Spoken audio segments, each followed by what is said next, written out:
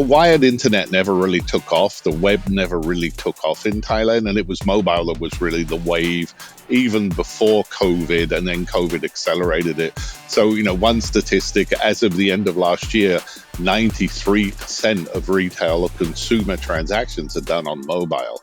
So, transaction processing is and they're about 4% done on browser banking and then ATM. So actually assisted channels are just as single digits percent of consumer transactions.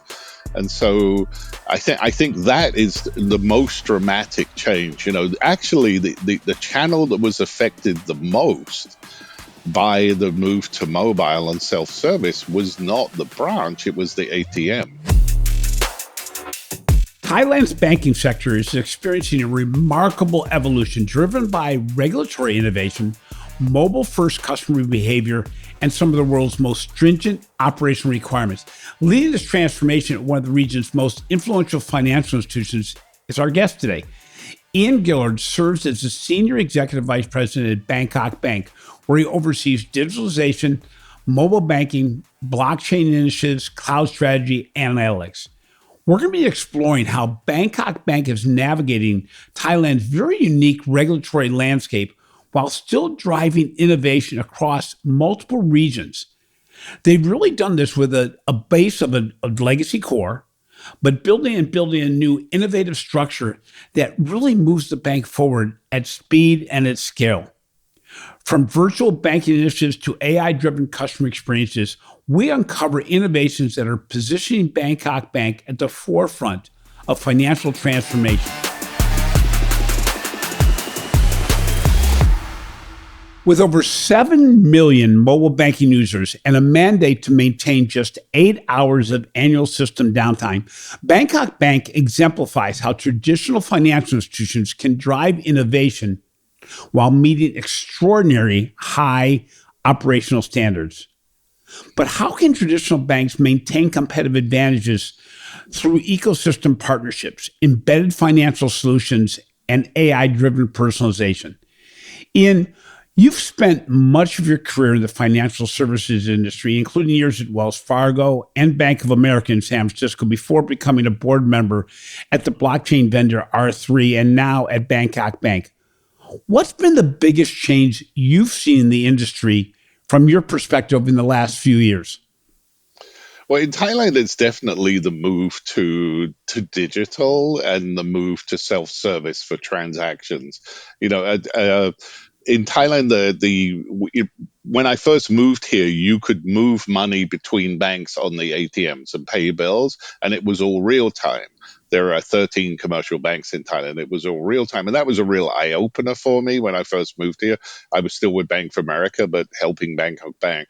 And then when we launched internet banking, we kind of sat on top of that infrastructure. It was an infrastructure owned by the banks. It's nothing third party like Venmo or something like that. Wired internet never really took off. The web never really took off in Thailand, and it was mobile that was really the wave, even before COVID, and then COVID accelerated it.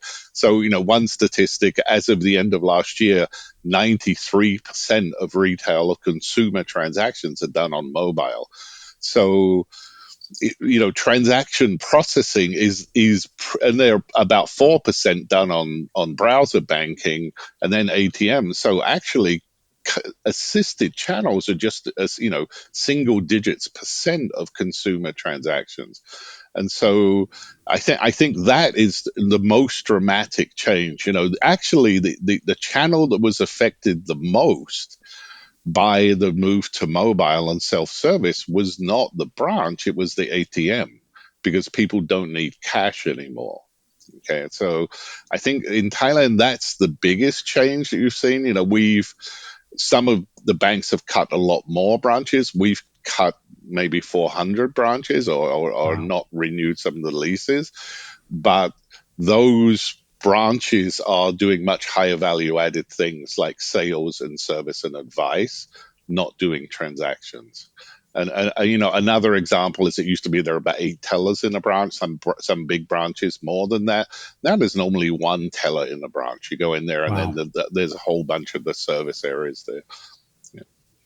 Yeah. It's interesting because we talked about this in the pre-call and all that really Thailand skipped desktop banking almost entirely, went direct to Right. mobile, Right. and that influenced obviously the payments system as well. You enable QR payments across the country. How does this work, and how does this make it almost simpler for consumers than what we see in the Western countries?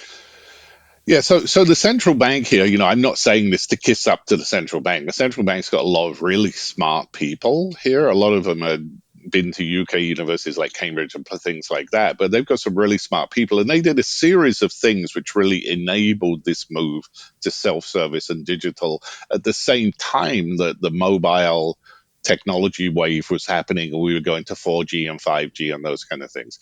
And so the first thing they did was they have this national standard for a QR code. Okay, which I'll talk about in a minute. Before that, we had QR code based payments, but they were within a bank. And then the second thing they did was pay to a phone number. In Thailand, that's called prompt pay. And that's kind of like Venmo, but it's not Venmo. It's just the banks, and everything is real time. So every customer needs to register their account with their phone number with one account with a bank. You can only have one related to that phone number, and people can transfer money to that phone number. And as I say, everything is real time. The other thing they did is this national digital ID, which is an ID, which is a smart card based ID. And that's used in physical touch points, but it's also used electronically, which we can talk about that a bit later. And then, so bringing those things together, the national QR code standard, we don't have Apple Pay and Google Pay here. One of the things with Apple Pay and Google Pay is it's expensive. If you've got these really high turnovers of many, many transactions at very low amounts, which is what we've tried to do to encourage people to use this.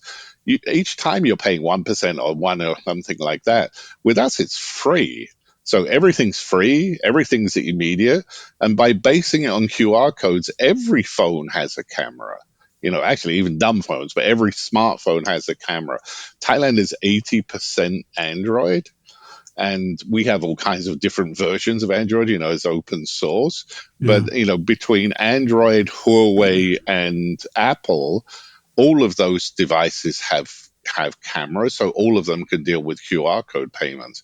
So again, the QR code is intelligent, and it tells you there are push QR codes and pull QR codes. So I can show you my QR code and you scan it and you send me money. Or you can be somebody selling coffee and I scan it and it knows which bank and which account I'm going to be transferring money to you. Okay, so it's, a QR code, a Japanese thing that came from warehouses, and they're intelligent. And so that sits on top of this infrastructure, which is all of the banks together with prompt pay. There was a thing before called ITMX, so it sits on top of that, and that we debit the money. There's a clearing account there, but we take the money from your account and send it to the other bank, and it's there and round trip in a couple of seconds, 2 or 3 seconds.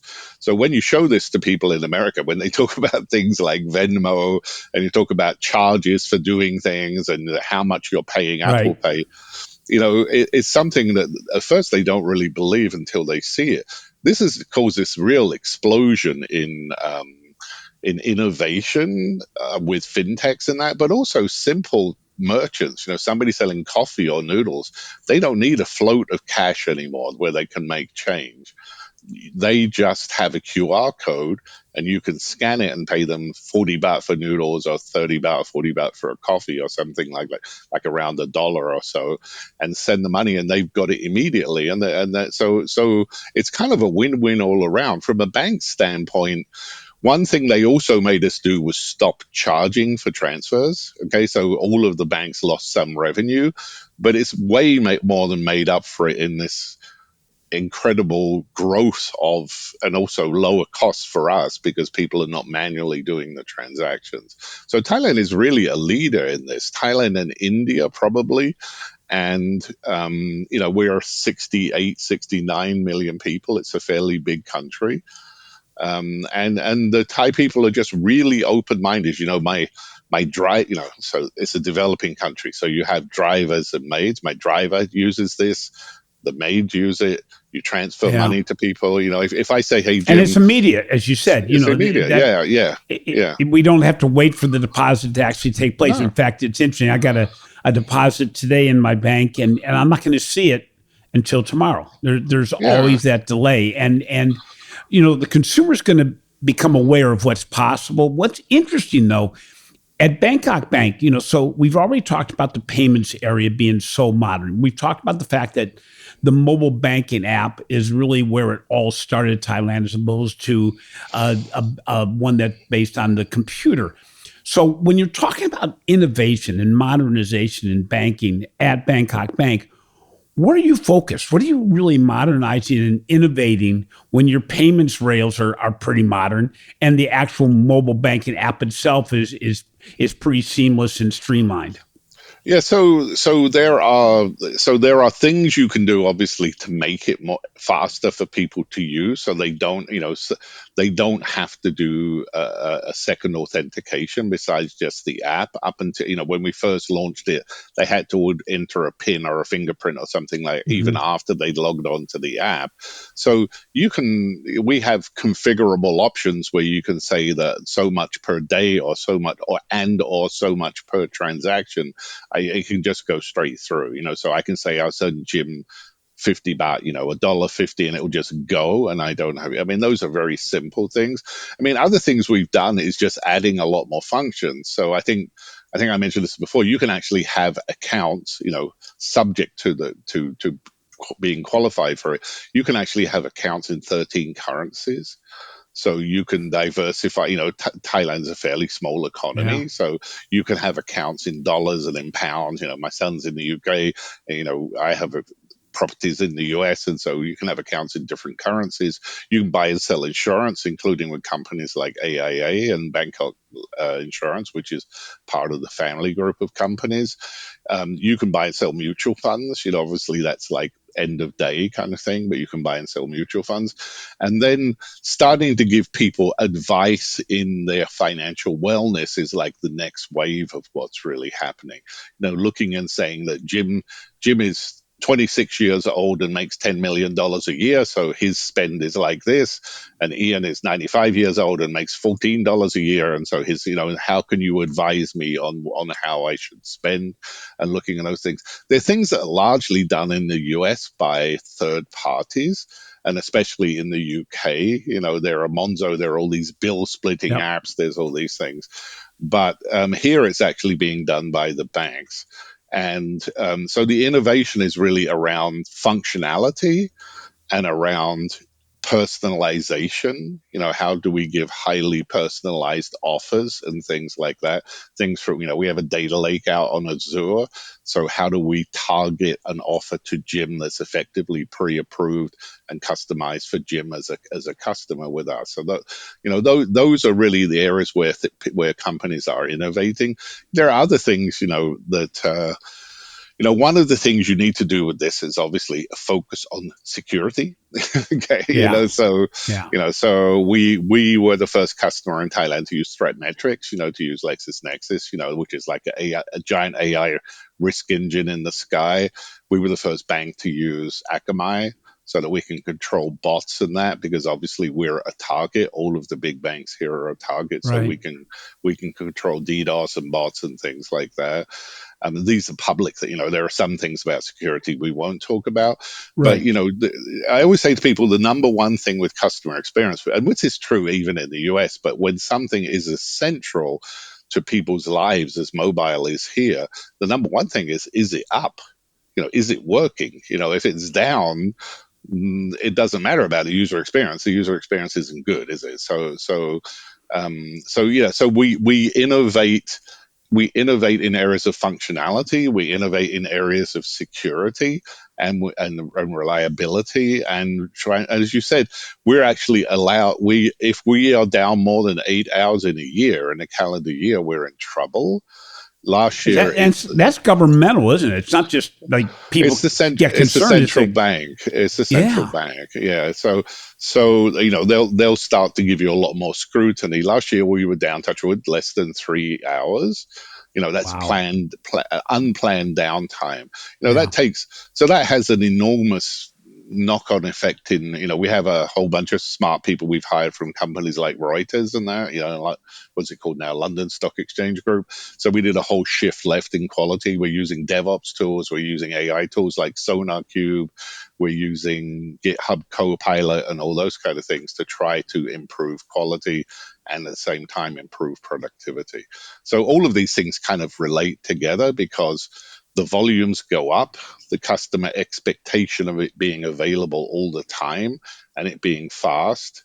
One of the other things I say that people don't think about when they look at an environment like this is actually everything becomes synchronous away from asynchronous. So if another bank has a problem, we need to be able to dynamically gray out that other bank. I won't say any of the real banks' names, but say yeah, right, Green Bank has a problem. We need to dynamically in the app gray them out so people can't still try and transfer to them. Okay, right. and they have to, if they have a problem, so because it becomes synchronous. So it's a really complicated thing, and there's a lot of investments in different things. You need to be able to absorb peaks. You need to be able to absorb instability with other banks, which is outside your control. There are a whole bunch of things we're doing as far as like an event-based architecture as well. So effectively, it's like a read side of the bank and a write side of the bank. So updates like posting transactions and all that are synchronous, and things like show me your balances and all that are like a second or so behind it, what is actually happening using things like Confluent and DataStax, which is Cassandra and things like that. So there's really a lot of technical innovation that has to go into allow this thing to happen. And 2 or 3 years ago, when a lot of at the end of COVID and that, the volumes went up so much, all of the banks were having some instability, and that's why the central bank got so strict with Yeah. this whole. Yeah. So, when you look at innovation, it's really a cultural item, but it's also got to be driven by people like you, the CIO of the financial institution, to say, how do we continue to drive innovation across the entire organization? How do you do that at Bangkok Bank? How do you encourage ideas, innovation outside of departmental innovation? How do you drive that at a bank such as Bangkok Bank? Our CEO is very involved. He has an engineering background, and he's part of the family that founded the bank 80 years ago. This is our 80th anniversary this year.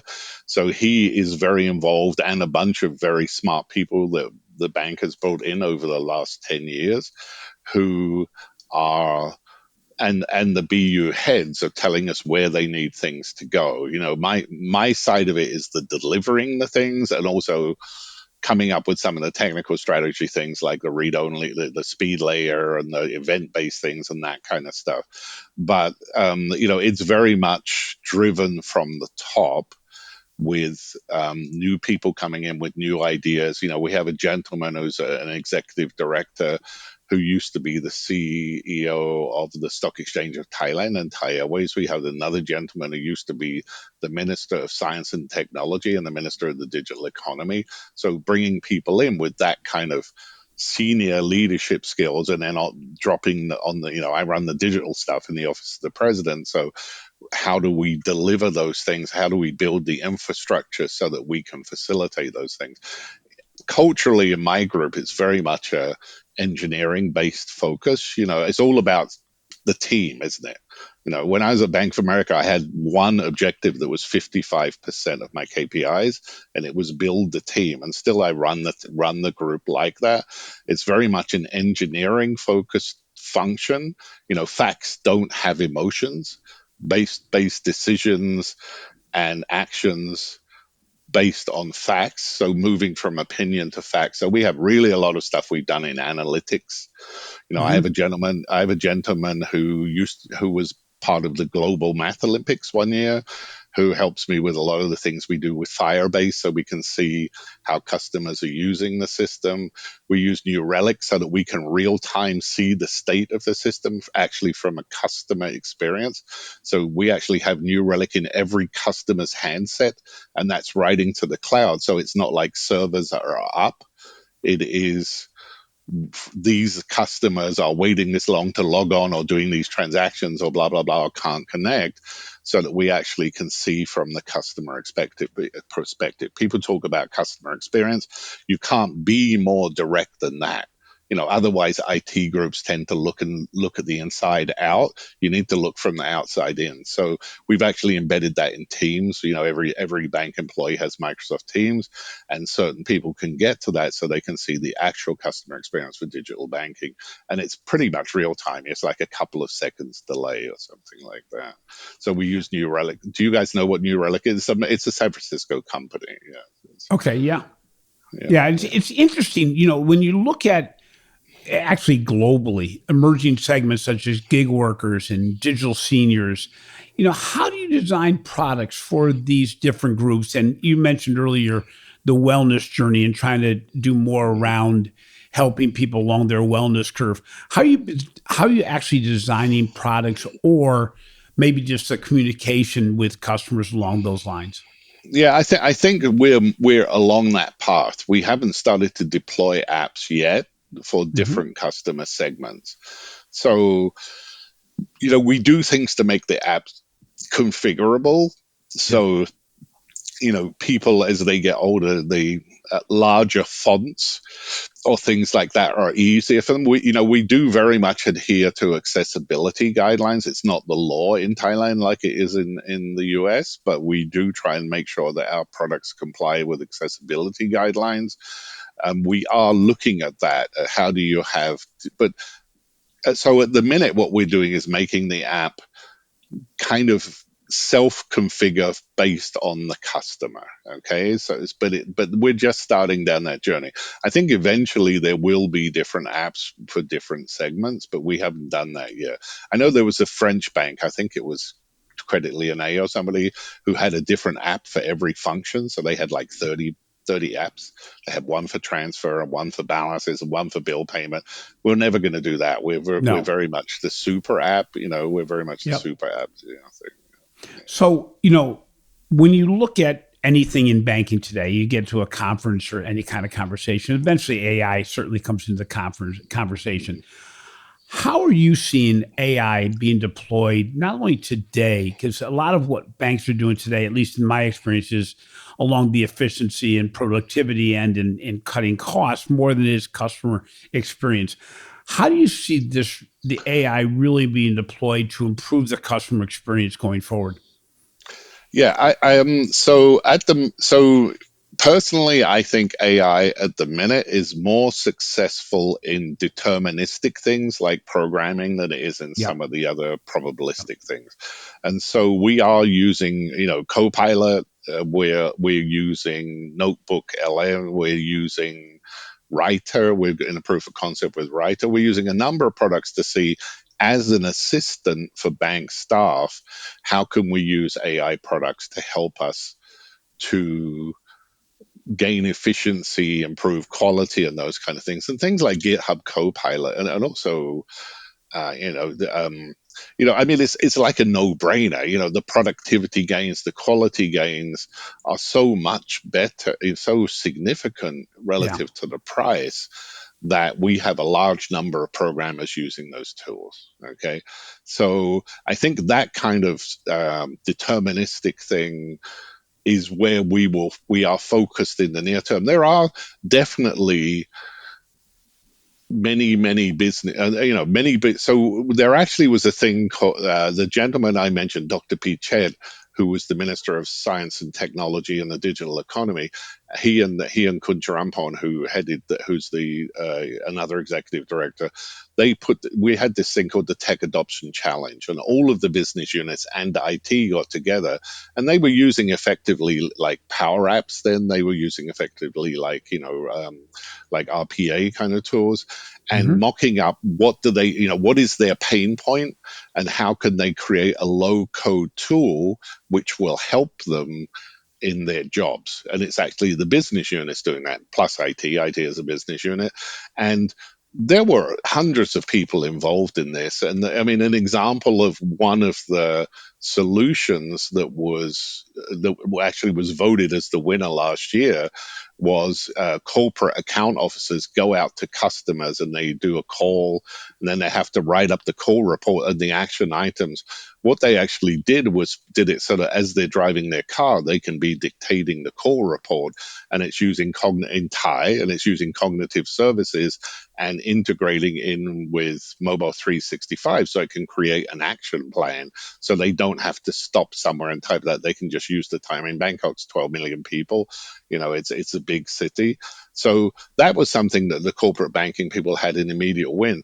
At the minute, I think that's where we can prudently use. There's a lot of people looking at what we do in the bank with AI. If you look at what's happened up until now, the vast majority of all the stuff that's happening on NVIDIA and that is about training models. It's not about Right. Right. actually using it for Yep. inference. And companies like Cerebras or Samba Nova or that are creating these chips actually for the inference. So it's a lot, new hardware. So I think for us to be doing inference at scale is something, at least for consumers, that might take some time. I think doing it for corporates and that, with their, like I say, each business unit is looking at it. This goes back to, you and I know the old term garbage in, garbage out. Obviously, Correct.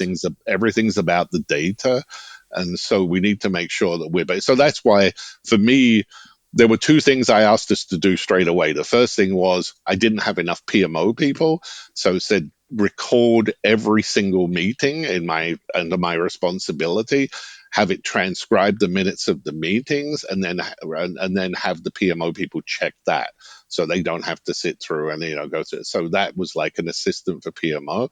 And then the Right. second thing is, how can I help my programmers? And so and that's been, like I say, really successful, and it really motivates the programmers and improves their morale too. Yeah. But I think people don't quite understand that a lot of the NVIDIA stuff is all about training. I mean, you understand it, but the inference Yeah. stuff is a whole other world. So Well, it's and as you said, a lot of this is improving the back office, its efficiency, it's making it so that you really can fix the things that take up a lot of time, but don't use a whole lot of human thinking. You can automate it. When you look at the competitiveness globally, obviously virtual banks and fintech startups are probably the thing that are the most dynamic thing that's changing the innovation profile of financial institutions. How do you maintain your competitiveness against these organizations that are built a little bit differently? yeah, I think that's so there's a couple of ways to answer that. So so because in Thailand the first wave of digital bank licenses have just been awarded, and we're not one of them in that. So if you look at the UK and you look at the challenger banks, like my son uses Monzo. If you look at Hmm. Monzo or those banks, I can't even remember the names of the other ones, but none of them were profitable. Right. And some of them end up getting acquired. And as you know, banks can't lose money indefinitely because they won't have any capital. So Right. but Monzo I think is the exception at the minute. And what is it? I can't even remember the name of the other ones, but those Acorn Starling. or Starling, Yep. yeah, Starling and Yep. those kind of things, yeah. So those banks, I think, came out with a much better user experience, and focused on younger people, a much better user experience, really slimmed down and really simple products. Most of them came out with like a debit card, an app, a debit card, and a deposit account. That was it. like a checking account. A pretty debit card, but it was a Yeah, debit card. Yes. yeah, pretty debit card, and they did things which appeal to young people Yep. with Monzo, like they don't charge you an FX rate fee, a Right. spread. They don't make money on the FX when you go abroad, and don't charge a fee for that. So that was something which I think made them very successful, and with people that don't necessarily have a lot of money, so they're not. But and then as they start to bring credit into it, it starts to become another thing, doesn't it? The thing I'd say with being an incumbent and launching a digital bank, almost definitely you can be successful, but it needs to be really clear messaging to the um, to the customer as to when is something Bangkok Bank or when is something this other bank, or what is the Yeah. relationship between Yep. them. And I think it can definitely work, but it's something that needs to be clearly explained. One of the things, definitely the advantage of it, is if you partner with the right partner, you can learn a lot from them. Yeah. If it's somebody who's one of the big fintechs in the or something, with really good tech skills, and that you can learn a lot from them. But yeah, so I think that is just starting in Thailand. The top four banks in Thailand are 80% of the market, kind of like the US is. Right. Right. And I think two of the top four have got um, licenses for this first wave, and one of them is like a telco, is like the financial arm of a telco.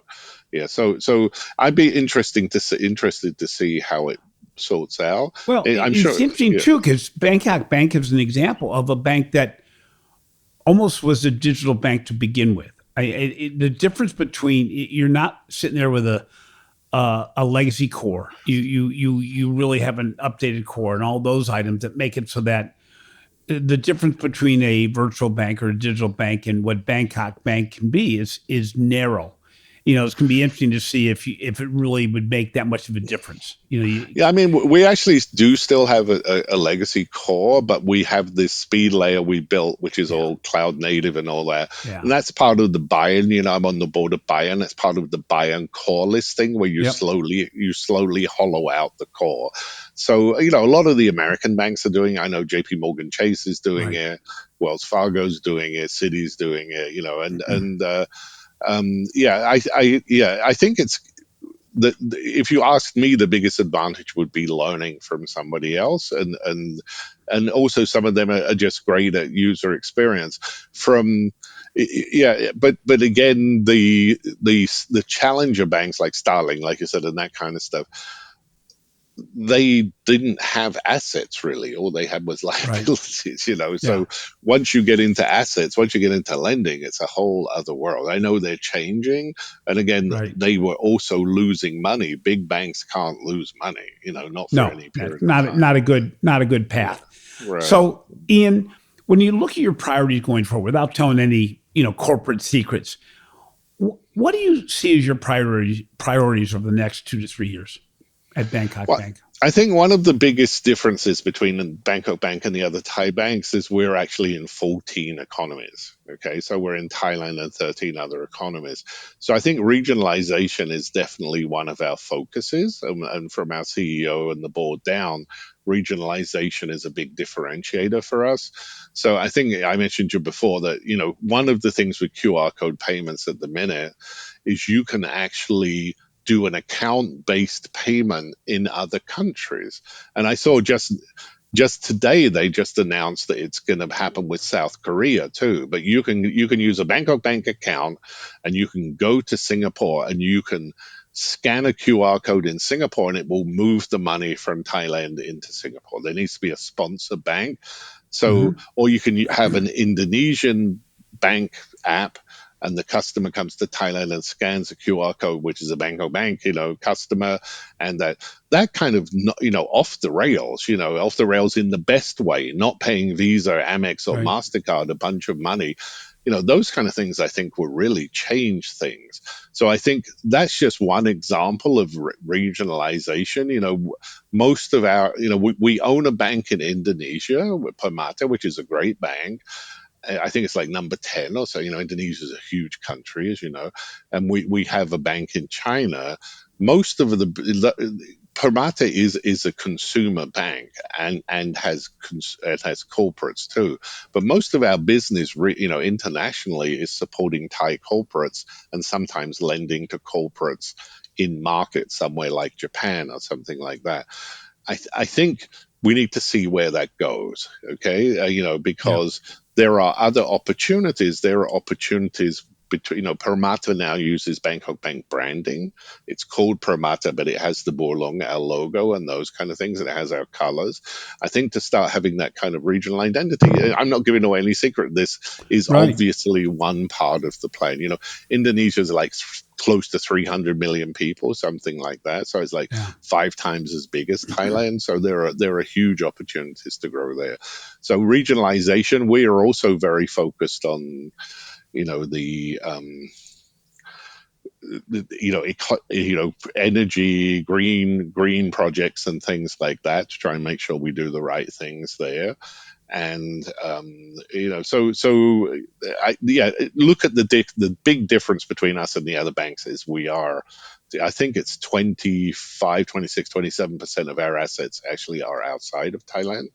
Yeah. So that gives us a much better potential market, and also it gives us diversification too. It's very interesting as we look at the whole Shaping Banking's Next podcast series that we're doing in conjunction with Infosys Finacle and with Chorus, is that as you look at different regions in the global economy, each one pretty much is trying to build banking's innovation layer in the same way. They're trying to update, they're trying to make things more efficient, they're trying to make things more responsive to the consumer, they're trying to leverage AI. What is interesting is each one has regional differences as far as their prioritization. And when you look at not only where they're going, but in many cases where they've been and the building from a legacy organization to a more modernized core.